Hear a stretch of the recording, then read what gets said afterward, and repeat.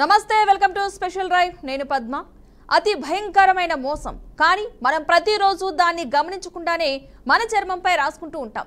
స్నానానికి వాడే సబ్బుల మీద టాయిలెట్ సోప్ అని రాసి ఉండటం చాలా మందికి ఎప్పుడైనా కంటపడిందా? ఉంటే కూడా దాన్ని పట్టించుకోని వారు చాలా మందే ఉన్నారు. కానీ ఆ పదం వెనుక దాగి ఉన్న నిజం మాత్రం ఆశ్చర్యపరుస్తుంది. టాయిలెట్ అనే పదం కంటపడగానే చాలా మందికి బాత్రూమ్ అనిపిస్తుంది. ఆ ఆలోచనలోనే ఒక అసహ్యం కలుగుతుంది. అదేంటి, మన స్నానానికి వాడేది టాయిలెట్ సబ్బునా అని మనసులో అనిపిస్తూ ఉంటుంది. కానీ ఇదే గందరగోళాన్ని వ్యాపార యుక్తిగా మార్చుకున్నాయి పెద్ద కంపెనీలు. ప్రకటనలో ప్రముఖ నటులు, నటీమణులు, క్రీడాకారులు మన కళ్ళ ముందు మెరిసిపోతూ ఇది బ్యూటీ సోప్, ఇది బాడీ సోప్, ఇది చర్మాన్ని మృదువుగా ఉంచే హెర్బల్ సోప్ అని చెప్పేస్తూ ఉంటారు. ఆ ప్రకటనల గ్లామర్, సంగీతం, రంగుల మధ్య మనం ఆ సబ్బు వెనక రాసి చిన్న పదాన్ని గమనించడం మనం మర్చిపోతూ ఉంటాం. కానీ అదే లేబుల్లో చిన్న అక్షరాల్లో టాయిలెట్ సోప్ అని ఉంటుంది. ఇది కేవలం చట్టపరమైన తప్పించుకునే మార్గం కాదు, వినియోగదారుల అవగాహన లోపాన్ని ఉపయోగించుకునే మార్కెటింగ్ మోసం.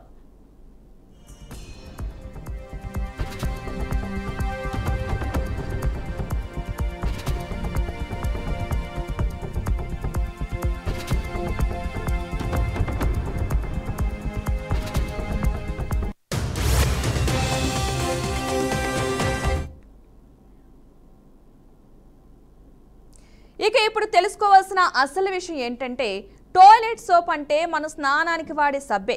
ఇంగ్లీష్లో టాయిలెట్ అనే పదం బాత్రూమ్ అని కాదు, వ్యక్తిగత శుభ్రత అని అర్థం. అందుకే bureau of Indian standards BIS ప్రకారం స్నానానికి వాడే సబ్బులన్నీ టాయిలెట్ సోప్ కిందకే వస్తాయి. ప్రకటనలో ఏ పేరుతో చెప్పినా సరే తయారీ చట్టాల ప్రకారం లేబుల్పై మాత్రం టాయిలెట్ సోప్ అని తప్పనిసరిగా రాయాలి. ఇది ఒక చట్టపరమైన నియమం. కానీ దానిని కంపెనీలు ప్రజల మైండ్ గేమ్లా మార్చుకున్నాయి. మరికొంత లోతుగా చూస్తే బ్యూటీ సోప్ అని పేరు చట్టపరంగా ప్రత్యేకమైన కేటగిరీ కాదు. కానీ కంపెనీలు చర్మ సౌందర్యం అనే మాయను అమ్మడానికి ఆ పదాన్ని ఉపయోగిస్తారు. టాయిలెట్ సోప్ తయారీ BIS IS 2888 ప్రమాణం ప్రకారం జరుగుతుంది. ఇక ఇందులో కనీసం 60% టోటల్ ఫ్యాటీ మ్యాటర్ TFM ఉండాలి. ఇది సబ్బు నాణ్యతను సూచించే ప్రమాణం. ఈ TFM శాతం ఎక్కువగా ఉంటే సబ్బు చర్మానికి మృదువుగా, రక్షణగా ఉంటుంది. తక్కువగా ఉంటే చర్మం పొడిబారటం, రసాయన ప్రభావం వంటి సమస్యలు వస్తాయి. బ్యూటీ సోప్స్లో TFM తక్కువగా ఉండి రసాయనాలు ఎక్కువగా ఉంటాయి. కానీ ప్రకటనలో మాత్రం గోరువెచ్చని కాంతి, సాఫ్ట్ స్కిన్, ప్రాకృతిక సుగంధం అని మాయాజాలు నింపుతారు.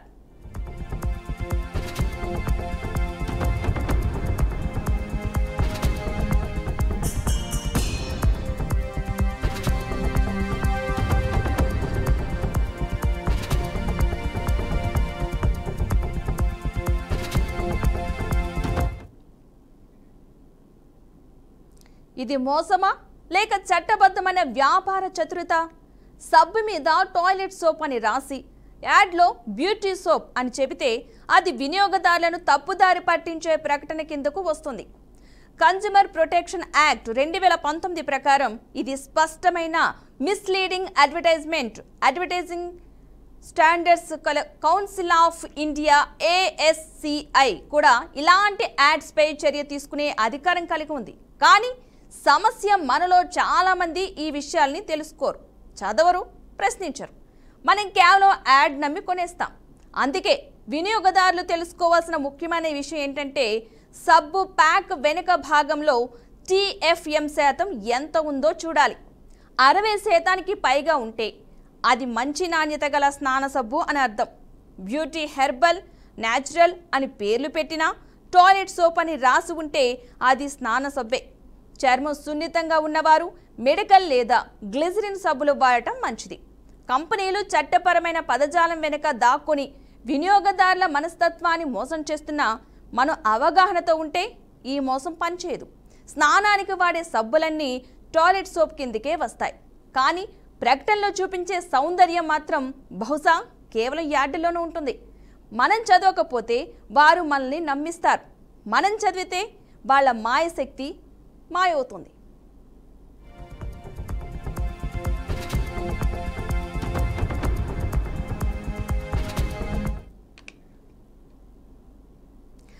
రైట్, ఇదే అంశానికి సంబంధించి మనతో మాట్లాడడానికి జూమ్ లైవ్ లో యాడ్ అవుతున్నారు DCO welfare trust chairman Koteswararao గారు.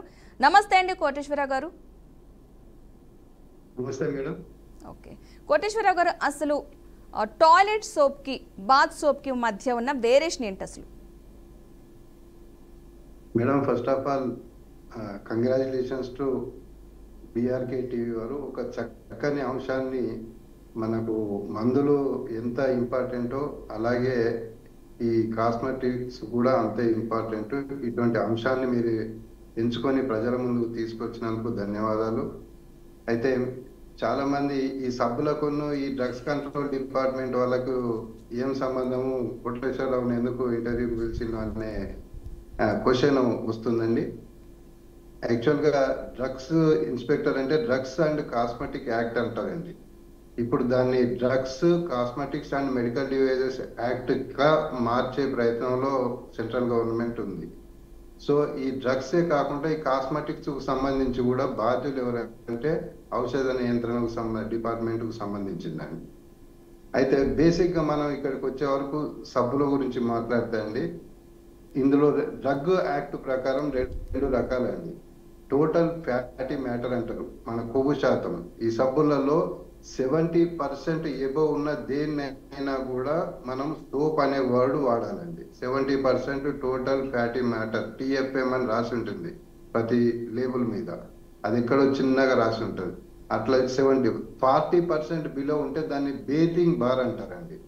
Bathing bar is 40% or below 40% total fatty matter ఉన్న వాటిని బేతింగ్ బార్ అంటారు. ఎబో 70% ఉంటే వాటిని సోప్ అంటారు.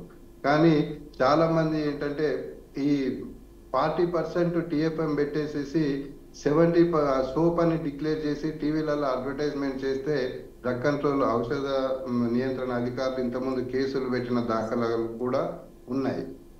అయితే ఇక్కడ విచిత్రం ఏంటంటే, మనం ఈ మోస్ట్ ఆఫ్ ద టైమ్స్, నేనే ఎగ్జాంపుల్ తీసుకోండి, drug control officers India welfare association national president గా నేను ప్రతి స్టేట్ తిరుగుతూ ఉంటాను. నేను ఎక్కడికి పోయినా కూడా మనం పెద్ద పెద్ద హోటళ్లలో రూమ్స్ తీసుకుంటారు, అక్కడ పెడతారు. మనం డబుల్ రూమ్ కింద బుక్ చేస్తారు కాబట్టి ఒక్కొక్కరికి 2 పేస్ట్లు ఇస్తారు, 2 సోప్స్ ఇస్తారు, 2 షాంపూలు ఇస్తారు, ఇవన్నీ ఇస్తారండి. కానీ మీరు ఏ హోటల్కి పోయి చూసినా, ఎంత హైయెస్ట్ హోటల్ పోయి చూసినా వాటి మీద ఇటువంటి వివరాలు ఏవి ఉండవండి. ఊరికే సోప్ అని పెట్టేస్తాడు, కవర్ పెట్టి ఇచ్చేస్తాడు. మనం ఒకటి వాడుకుంటాం, ఇంకొకటి ఇంటికి తీసుకొని వచ్చి మళ్ళీ దాన్ని మనం పడేయడం ఇష్టం లేక, ఈ విధంగా కోట్ల రూపాయల వ్యాపారం మార్కెట్లో జరుగుతుంది.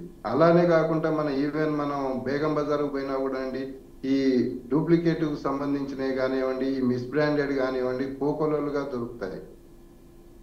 మీరు అడగొచ్చు, డ్రగ్ కంట్రోల్ డిపార్ట్మెంట్ వాళ్ళు ఇలా జరిగితే ఏం చేస్తున్నారు మీరు అని అడగొచ్చు మేడం. యాక్చువల్ గా ఇది డ్రగ్ కంట్రోల్ అధికారుల బాధ్యత అయినా కూడా ఇప్పుడున్న పరిస్థితుల్లో వాళ్ళు వాళ్ళ శక్తికి మించి వర్క్ చేస్తా ఉన్నారు స్పూరియస్ డ్రగ్స్ మీద. దీనికి కాస్మెటిక్స్ లో మనం ఒకసారి వేలు పెట్టిందంటే ఇది ఒక మహాసముద్రం అండి. మనం ఈవెన్ ఎయిర్పోర్ట్లలో పోయి చూసినా కూడా ఈవెన్ కాస్మెటిక్స్ మ్యానుఫ్యాక్చరింగ్ చేస్తున్నారు లైసెన్స్ లేకుండా. ఎయిర్పోర్ట్లలో డిఫరెంట్ ఎసెన్షియల్ పెట్టేసుకొనేసేసి మీకు ఏదంటే అది మిక్స్ చేసేసి అక్కడే లేబుల్ వేసి ఇచ్చే ప్రయత్నం కూడా, కార్యక్రమాలు కూడా జరుగుతూ ఉన్నాయి. ఈ సబ్జెక్టు అంతిమం అంటే దీనికి మార్గం లేదంటే ఎస్ ఉన్నదండి. ఏ విధంగానైతే ఇప్పుడు డ్రగ్స్ కు డ్రగ్స్ ఇన్స్పెక్టర్ ఉన్నారు, అంటే కాస్మెటిక్స్ కూడా డ్రగ్స్ ఇన్స్పెక్టర్ ఉన్నారు. మన గవర్నమెంట్ ఆఫ్ ఇండియా ఇప్పుడు దీన్ని మెడికల్ డివైజెస్ ఇన్స్పెక్టర్స్ సపరేట్ గా రిక్రూట్మెంట్ చేసుకుంటా ఉన్నది. సో అలాగే డ్రగ్స్ ఇన్స్పెక్టర్స్ తో పాటు కాస్మెటిక్ ఇన్స్పెక్టర్స్ అని ఇదే ఫార్మసీ చదివిన వాళ్ళను సపరేట్ గా వాళ్ళకు ఒక డిపార్ట్మెంట్, ఈ సేమ్ డిపార్ట్మెంట్ అయినా పర్లేదు, ఈ కాస్మెటిక్స్ సపరేట్ ఇన్స్పెక్టర్స్ పెట్టి కేవలం వాటి మీదనే ఫోకస్ చేస్తే ఎంత మనము గవర్నమెంట్ కు రెవెన్యూ ఆదా చేసిన వాళ్ళం అవుతాము, అలాగే మనకు మన బాడీకి కూడా, లేకపోతే మన చర్మానికి ఇబ్బందులు రాకుండా కూడా చూసుకునే అవకాశం ఉంటుందని నా అభిప్రాయం. ఓకే ఓకే BIS ప్రకారం సబ్బు తయారీలో ఉన్న ప్రమాణాలు ఏమనుకోవచ్చు అంటారు? అంటే ఎలాంటి ప్రమాణాలతో తయారు చేయాలి? ఎందుకంటే మాక్సిమం అందరూ సోప్ అంటూ తీసుకెళ్ళిపోతారు, కానీ దాని ప్రమాణాలు ఏంటి, అసలు అది నిజంగా నాణ్యత కలదా లేదా ఎవరు పట్టించుకోరు. అదేనండి, ప్రతి దానికి కూడా బేస్ వచ్చేసి total fatty matter madam. Total fatty matter 70% above ఉన్న వాటినే మనము సోప్ కింద, సోప్ అనే వర్డ్ వాడాలి మనం. అలా కాకుండా 40% రెండే రకాలు ఉంటాయి. 40% అంటే సోప్ అనేందుకు వీలు లేదండి. అది బిఏ స్టాండర్డే కావచ్చు అండి, డ్రగ్స్ అండ్ కాస్మెటిక్ యాక్ట్ కిందనే కావచ్చు. ఈ రెండిట్లలో కూడా ఏంటంటే మనం మన బేస్ వచ్చేసి టోటల్ ఫ్యాటీ మ్యాటర్. టోటల్ 40% పెట్టేసి అసలు కొన్ని సోపులలో అసలు ఫ్యాటీ మ్యాటర్ వర్డే ఉండదండి. ఈ మరీ హైలీ ఇప్పుడు ఇంపోర్టెడ్ కాస్మెటిక్ షాప్స్ కి వెళ్ళండి, లేకపోతే పెద్ద పెద్ద హోటల్లో అట్లా వెళ్ళి చూడండి మీరు, అక్కడ ఇటువంటివన్నీ కూడా మీకు ఏం కనిపించవండి. ఆ మధ్యన కొన్ని కేసులు పెట్టిన తర్వాత లీడింగ్ బ్రాండ్ వాళ్ళు దాన్ని క్లియర్ గా కరెక్షన్ చేసేసుకునేసి ఇప్పుడు సోప్ అని ఉంటే కంపల్సరీ 70%, 72% అని టిఎఫ్ఎం పర్సంటేజ్ మెన్షన్ చేస్తూ ఇప్పుడు మార్కెట్ లోకి తీసుకొస్తున్నారండి. ఆ టిఎఫ్ఎం అనే వర్డ్ లేకున్నా, లేకపోతే 70% కన్నా తక్కువ టిఎఫ్ఎం ఉన్న సోప్ అనే వర్డ్ ఉంటే మాత్రం ఇమీడియట్ గా ఔషధ నియంత్రణ అధికారులకు మీరు ఇంటిమేషన్ ఇచ్చేస్తే ఆ స్పూరియస్ కిందకి వస్తుంది, దాన్ని సీజ్ చేసేసి కేసు కూడా పెట్టడం జరిగే అవకాశం ఉంటుందండి. ఓకే, ఈ టిఎఫ్ఎం 40% బిలో ఉంటే ఎలాంటి ప్రాబ్లమ్స్ వస్తాయి వాడితే, లేదు టిఎఫ్ఎం 60% అబవ్ ఉంటే, అంటే దేన్ని వాడితే ఎలాంటి ప్రభావం ఉంటుంది మన స్కిన్ కి సంబంధించి అనుకోవచ్చు అంటారు? ఇప్పుడు టోటల్ ఫ్యాటీ మ్యాటర్ ఏంటంటే ఈ కొవ్వు శాతం ఉండడం వల్ల ఎక్కువ ఈ 40% ఉన్న వాటిల్లో కొంచెం కెమికల్ బేస్ తయారై ఉంటుందండి. 70% ఫ్యాటీ మ్యాటర్ ఉండడం వల్ల ఎక్కువ కూడా ఏంటంటే ఈ ఫ్యాటీకి సంబంధించిన మెటీరియల్ అందులో యూజ్ చేస్తారు కాబట్టి మన స్కిన్ తోని అది మన ఈక్వల్ గా కలిసిపోయేసేసి మన ఎటువంటి రియాక్షన్స్ రాకపోవడం కానివ్వండి, మచ్చలు రాకపోవడం కానీ ఇట్లా జరిగే అవకాశం ఉంటుందండి. అలా కాకుండా ఈ తక్కువ బేతింగ్ టిఎఫ్ఎం ఉన్న దాంతో కొంచెం రిస్క్ ఉంటుంది చర్మానికి, ఎస్పెషల్లీ సెన్సిటివ్ స్కిన్ ఉన్నా కూడా డిఫరెంట్ రియాక్షన్స్ కూడా అయ్యే అవకాశాలు కూడా ఉండే అవకాశం ఉంటుందండి. ఓకే, కాకపోతే ఈ మీరన్నట్టు ఒక 70%, 60% అబవ్ ఉన్నది అని కూడా టాయిలెట్ సోప్స్ కిందే వస్తాయి అంటున్నారు. కానీ వీటిలన్నిటి కూడా 70% మేడం, నాట్ 60%. 70% అబవ్ ఉంటేనే సోప్ అనాలండి. ఓకే, 70% అబవ్ ఉంటే సోప్ అనాలి.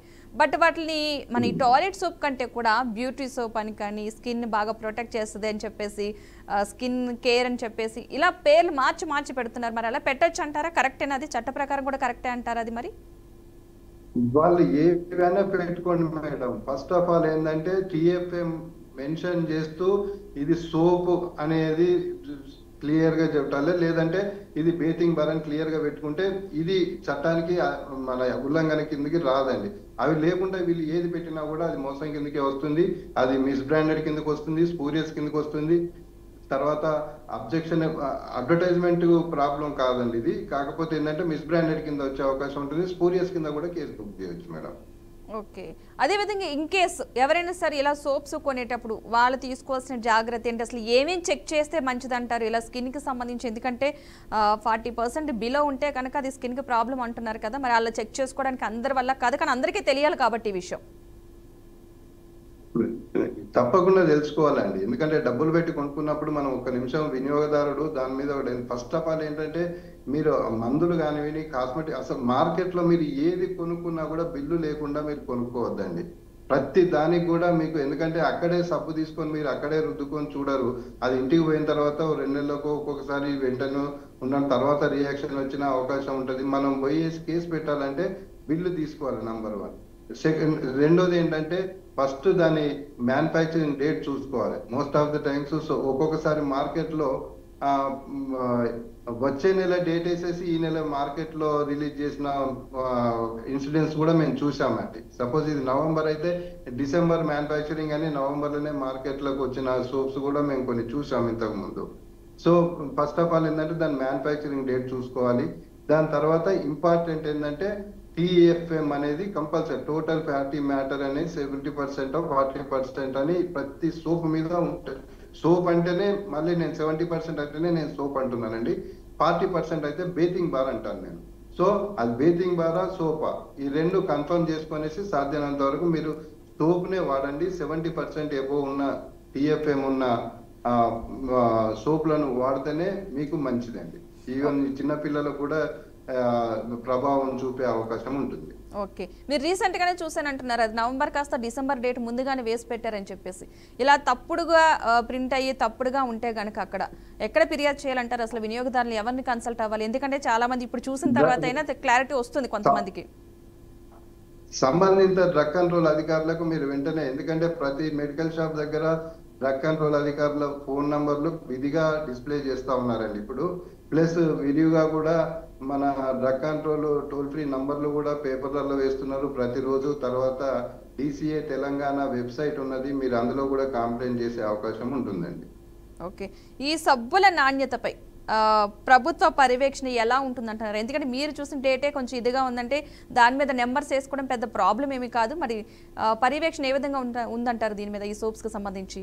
చెప్తున్నా కదా, పర్యవేక్షణ చేసే వాళ్ళు ఎవరంటే డ్రగ్ ఇన్స్పెక్టర్స్. మీరు చూస్తూనే ఉన్నారు, ఈ రోజు తెలంగాణ కానివ్వండి, దేశవ్యాప్తంగా కానీ ప్రతిరోజు ఎక్కడో ఒక స్పూరియస్ డ్రగ్ అనో, లేకపోతే ఈ మన స్పూరియస్ ఈ కాఫ్ సిరప్స్ అనో, ఈ విధంగా ఏంటంటే మార్కెట్ లో నెట్ ఈ మన సివిలైజేషన్ ఎంత పెరుగుతుందో దానికి ఈక్వల్ గా ఈ స్మగ్లర్స్ కానివ్వండి, తర్వాత స్పూరియస్ డ్రగ్ మ్యానుఫ్యాక్చర్స్ కానీ ఉంటే దాని మీద ఎక్కువ వీళ్ళు ఫోకస్ చేయాల్సి జరుగుతోంది. సో న్యాచురల్ గా ఏంటంటే కాస్మెటిక్స్ మీద ఫోకస్ చేసేంత టైం కానివ్వండి, వాళ్ళ దగ్గర వాటిని అనాలిసిస్ చేసే ఫెసిలిటీస్ కానీ కొంచెం స్టేట్ డ్రగ్ కంట్రోల్ డ్రగ్ ల్యాబొరేటరీలలో కొంచెం తక్కువ ఫెసిలిటీస్ ఉన్నాయి. సో వీటిని మనం క్రమంగా మనం రెగ్యులర్ గా అరికట్టాలి అంటే, ఎందుకంటే ఇక్కడ చిన్న ఊర్లో ఉన్న వాళ్ళ దగ్గర నుంచి హైయెస్ట్ సినిమా తారల వరకు కావచ్చు, మినిస్టర్లు కావచ్చు, ఎవరైనా కావచ్చు, మీకు తెలుసో తెలియకో మీరు 90% చాలా మటుకు మీరు ఈ నాణ్యత లేని కాస్మెటిక్స్ వాడుతున్నారని నేను బల్లగుద్ది చెప్పగలను మేడం. అలాగే వీటిని ఇలా మనం పర్మనెంట్ గా దీనికి ఒక సొల్యూషన్ కావాలని అంటే కాస్మెటిక్స్ కు సపరేట్ ఇన్స్పెక్టర్స్ కావాలండి. కాస్మెటిక్ ఇన్స్పెక్టర్స్ రిక్రూట్ చేసేసి వాళ్ళు అదే పని మీద ఉండి రెగ్యులర్ గా శాంపిల్స్ పికప్ చేయాలి, రెగ్యులర్ గా వాళ్ళకు బిల్స్ చెక్ చేయాలి. Most of the cosmetics especially మన పర్ఫ్యూమ్స్ అవన్నీ మేము చూస్తూనే ఉంటారు, చాలా మటుకు కూడా అవి మిస్ బ్రాండెడ్ కిందకి వస్తాయి. ఎందుకంటే మీరు కాస్ట్లీ కాస్మెటిక్స్ చూడండి, స్ప్రేలు అవన్నీ కూడా లోపల బాటిల్ మీద ఏం ఇన్ఫర్మేషన్ ఉండదు, ఓన్లీ బయట డబ్బా మీదనే ఉంటది. ఈ స్మగ్లర్స్ ఏం చేస్తారంటే ఆ డూప్లికేట్ బాటిల్స్ సప్లై బల్క్ గా తయారు చేసేసి ఎవరికో ఇస్తే వాళ్ళు దాని మీద మంచి డిజైన్ వేసేసుకొనేసి బాక్స్ లో పెట్టి అమ్ముతారు. యాక్చువల్ గా డ్రగ్ రూల్ ప్రకారం ఏంటంటే పైన కవర్ మీద ఉన్న ఇన్ఫర్మేషన్ మొత్తం కూడా బాటిల్ మీద ఉండాలి. మీరు మార్కెట్ లో పోయి చూస్తే ఏ బాటిల్ మీద కూడా ఇన్ఫర్మేషన్ ఉండదు. ఇవన్నీ కూడా మిస్ బ్రాండెడ్ కిందకే వస్తాయండి. సో వీటి మీద కేసులు పెట్టే అవకాశం ఉంటుంది. మళ్ళీ రీజన్ చెప్తున్నాను కదా, ఈ ప్రస్తుతం ఉన్న ఆఫీసర్స్ తీవ్రమైన ఒత్తిడిలో పనిచేస్తా ఉన్నారు. వాళ్ళు ఉన్న స్టాఫ్ కానివ్వండి, వాళ్ళకున్న పరిధిలో కానివ్వండి, డ్రగ్స్ మీద ఫోకస్ చేసేందుకే టైం సరిపోవట్లేదండి. ఇది ప్రాబ్లం. ఓకే. మరి ఇలా ప్రాబ్లంకి క్లియర్ చేసుకోకుండా కష్టమైపోద్ది కదండి ఎవరైతే పబ్లిక్ మరి యూజ్ చేస్తారు. చూడడానికి సెలబ్రిటీలతో ప్రకటనలు చేయడం, వాటిపైనేమో బాత్ సోప్ అని ఉంటుంది, బ్యూటీ సోప్ అని ఉంటుంది, బట్ చూస్తేనేదేమో టాయిలెట్ సోప్ ఉంటుంది. బట్ అట్రాక్ట్ అయ్యేది ఆ ప్రకటనతో త్వరగా అట్రాక్ట్ అవుతారు, అంతే తప్ప ఆ సోప్ మీద ఏముంది, ఎంత పర్సెంటేజ్ ఉంది ఎవ్వరు గమనించరు. మరి దీనికి చట్టపరంగా ఎలాంటి ఇది ఉండదంటారా? మరి అలా మోసం చేయడం కరెక్ట్ అంటారా? అదే madam, post mortem is done only after death అంటారు.